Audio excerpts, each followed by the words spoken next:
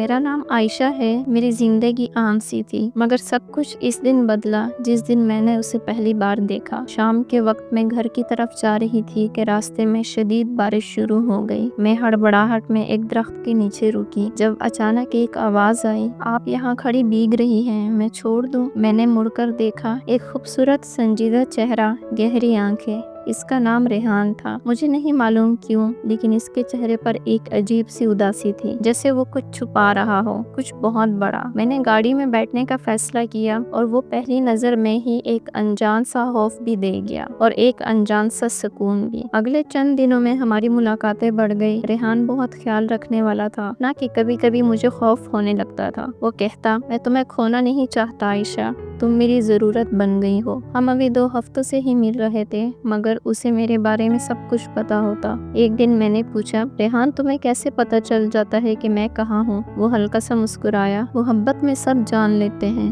لیکن اس کی مسکراہٹ میں کچھ عجیب تھا۔ اس دن مجھے پہلی بار دل میں بے چینی محسوس ہوئی۔ ایک رات جب میں سونے والی تھی، میرا فون بجا۔ میسج ایک انجان نمبر سے آیا تھا۔ میسج تھا کہ ریحان پر بھروسہ نہ کرنا، وہ نہیں جو تم سمجھ رہی ہو۔ فاصلہ رکھو ورنہ بہت دیر ہو جائے گی۔ میرا دل دھڑکنے لگا۔ میں نے فوراً جواب لکھا، آپ کون ہیں؟ کیا مطلب ہے آپ کا؟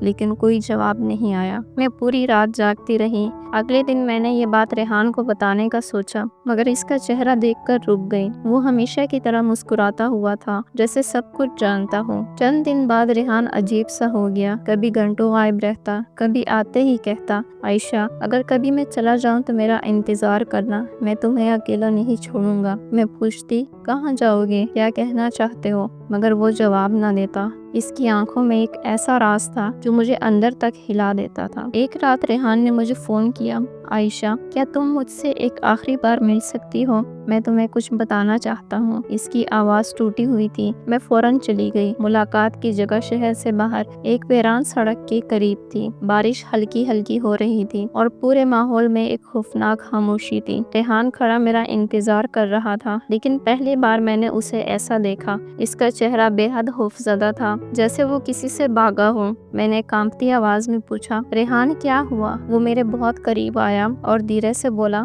عائشہ میں وہ نہیں ہوں جو تم سمجھ رہی ہو۔ میں تمہاری زندگی بچانے آیا تھا، نہ کہ اس کا حصہ بننے۔ میں حیران رہ گئی۔ کیا مطلب؟ میں کچھ سمجھی نہیں۔ ریحان نے میری آنکھوں میں دیکھا، یہ سب ایک حادثہ، ایک غلطی سے شروع ہوا تھا۔ مجھے تم سے دور رہنا چاہیے تھا، لیکن میں تم سے دور نہیں رہ پایا۔ تمہیں پتہ بھی نہیں تم کس خطرے میں ہو۔ اسی وقت جھاڑیوں میں کسی کے قدموں کی آواز آئی۔ ریحان فوراً پیچھے ہٹا۔ اس کی آنکھوں میں خوف اور جلدی تھی۔ عائشہ فوراً یہاں سے چلی جاؤ ابھی۔ میں نے پیچھے مڑ کر دیکھا، کوئی سایہ تیزی سے ہماری طرف بڑھ رہا تھا۔ میں نے چیخ کر کہا، ریحان تم آؤ گے میرے ساتھ؟ وہ چیخا، میں نہیں آ سکتا، مگر تم بھاگو۔ اور اگلے ہی لمحے وہ سایہ ریحان پر ٹوٹ پڑا۔ میں سڑک کی طرف بھاگی، پیچھے چیخیں گونج رہی تھی۔ میں رو رہی تھی، کہیں کچھ سمجھ نہیں آ رہا تھا۔ اگلی صبح پولیس نے مجھے فون کیا، آپ کو جس شخص کے بارے میں اطلاع ملی تھی وہ ہمیں مل گیا ہے۔ میں روتی ہوئی وہاں پہنچی۔ ایک آفیسر نے میری طرف دیکھا، بیٹا آپ کا دوست ریحان؟ میری سانسیں رک گئی۔ وہ تو 2 سال پہلے ہی مر چکا ہے۔ میرے پیر زمین میں دھنس گئے۔ نہیں، وہ زندہ تھا۔ میں نے اس سے کل رات بات کی، میں نے اسے دیکھا۔ آفیسر نے افسوس سے سر ہلایا، نہیں بیٹا، یہ ناممکن ہے۔ ریحان 2 سال پہلے ایک حادثے میں مر گیا تھا اور یہ اس کی قبر ہے۔ مجھے لگا میں خواب دیکھ رہی ہوں، ڈراونا خواب۔ ریحان جس کے ساتھ میں ہنستی تھی، جس سے میں ملی تھی، جس کا لمس مجھے محسوس ہوا تھا، وہ مر چکا تھا۔ تو پھر میرے ساتھ کون تھا؟ اسی رات میں اپنی کھڑکی کے پاس بیٹھی رو رہی تھی کہ میرے فون پر میسج آیا، عائشہ میں اب بھی تمہارے ساتھ ہوں، مجھے وعدہ نبھانا تھا، میں تمہیں اکیلا نہیں چھوڑوں گا۔ میسج ریحان کے نمبر سے آیا تھا۔ میرا جسم کپ کپا گیا۔ کھڑکی کے پاس ہوا تیز چلنے لگی، جیسے کوئی وہاں کھڑا ہو، اور ہوا میں دھیرے سے مجھے وہی آواز سنائی دی، میں تمہیں کبھی نہیں چھوڑوں گا عائشہ۔ میں نے خوفزدہ ہو کر آنکھیں بند کر لی۔